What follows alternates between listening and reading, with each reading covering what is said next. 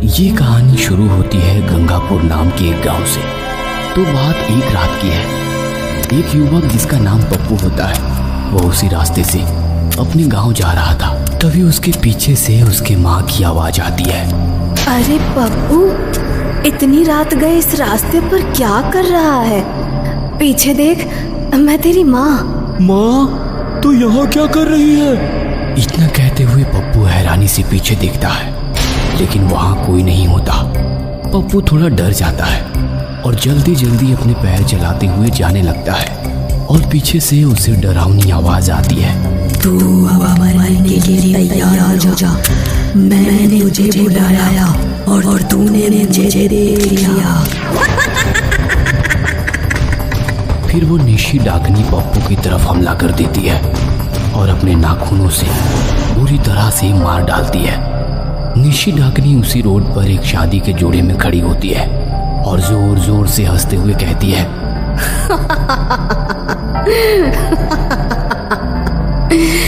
इन गांव वालों ने मेरे साथ बहुत बुरा किया था। अब मैं इन्हें नहीं छोड़ूंगी। मैं आ चुकी हूँ अपना बदला लेने। मुझे कोई नहीं रोक सकता। फिर अगले दिन गांव वाले उसी रास्ते से गुजरते हुए वो देखते हैं कि पप्पू को किसी ने मार कर पेड़ पे उल्टा लटका दिया है। फिर उन्होंने पप्पू को वहां से उतारा और उसका अंतिम संस्कार किया।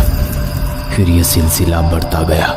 फिर एक बार उस गांव के रहने वाले रमेश त्रिपाठी जी एक शाम न्यूज़पेपर पढ़ रहे होते हैं और न्यूज़पेपर पर एक खबर पढ़ते हैं। गंगापुर से जा रहे 2 युवक मृत पाए गए।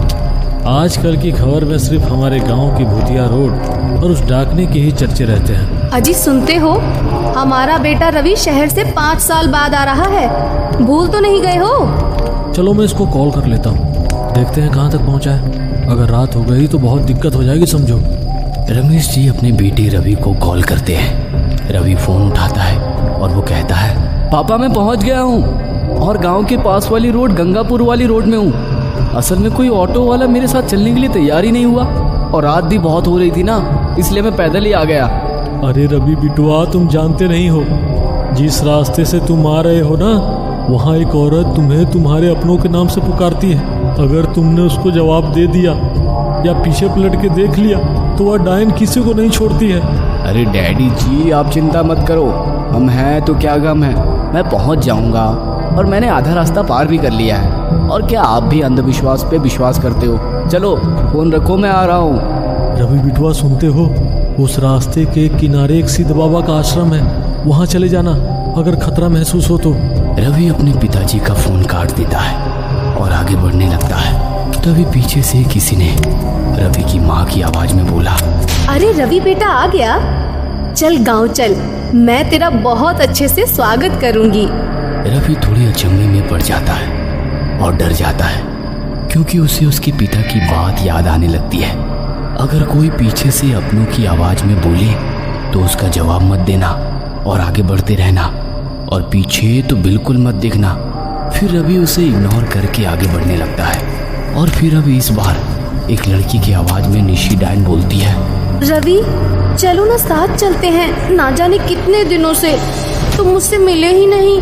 प्रिया, नहीं, प्रिया नहीं हो सकती, क्योंकि प्रिया को मरे हुए आज 1.5 साल हुए हैं और माना कि वो मेरी सबसे अच्छी दोस्त थी, मगर एक हादसे ने उसकी जान ले ली। लेकिन मैं पीछे नहीं देखूंगा और इसे जवाब भी नहीं दूंगा।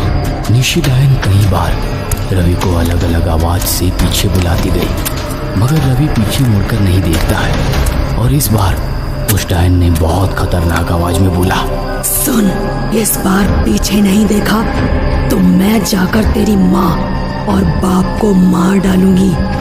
पीछे देख या फिर अपने माँ बाप को अलविदा कह दे। नहीं, मेरे माँ बाप को कुछ मत करना, मैं पीछे देखता हूँ, और वैसे भी अब मैंने तुम्हें जवाब दे दिया है। रवि पीछे मुड़कर देखता है कि एक डायन उसके पीछे खड़ी है और जोर जोर से हंसते हुए कहती है, आखिर तूने पीछे मुड़कर देख लिया। अब तेरा भी वही हाल होगा जो औरों का हुआ था।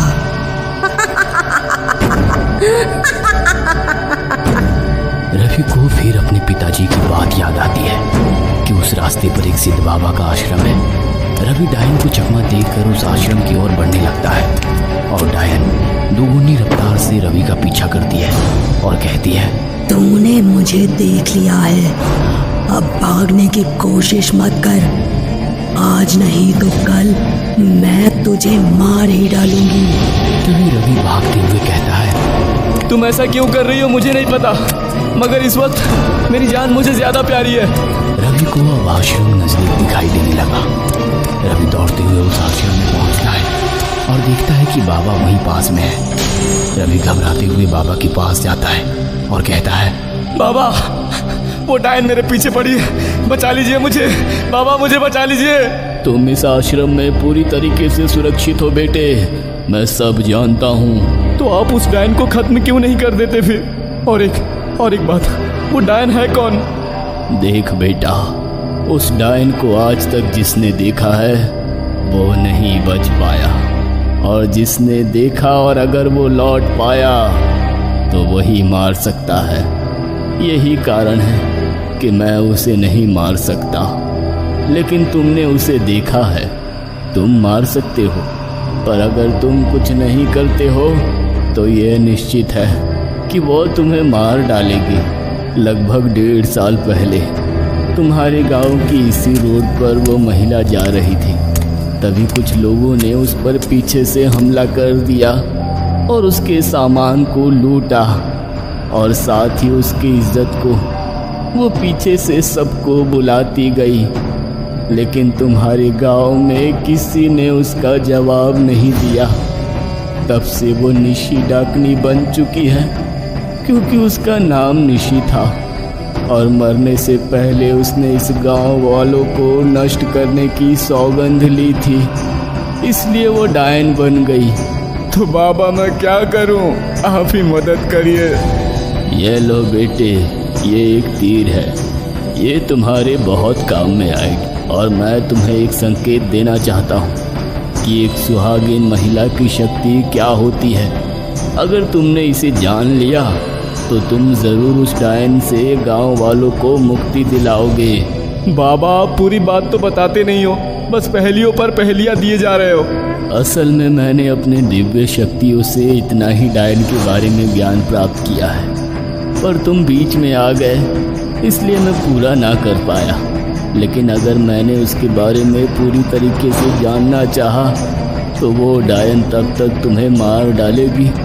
इसलिए कह रहा हूँ, समय बर्बाद मत करो और उसके पास जाओ, और एक सुहागिन महिला की शक्ति उसके मंगलसूत्र में होती है, और तुम तीर की सहायता से उससे लड़ सकते हो। जाओ।